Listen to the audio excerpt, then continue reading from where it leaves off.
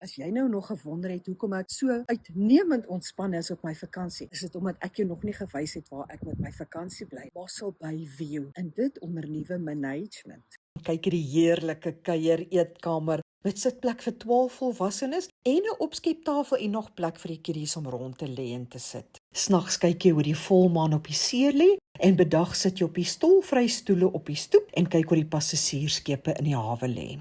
Daar's 'n totaal van 6 en-suite kamers op die boonste verdieping, waarvan 2 'n volle uitsig op die see en die strand het, en dan 'n klein kombuisie vir net die noodsaaklike dingetjies doen.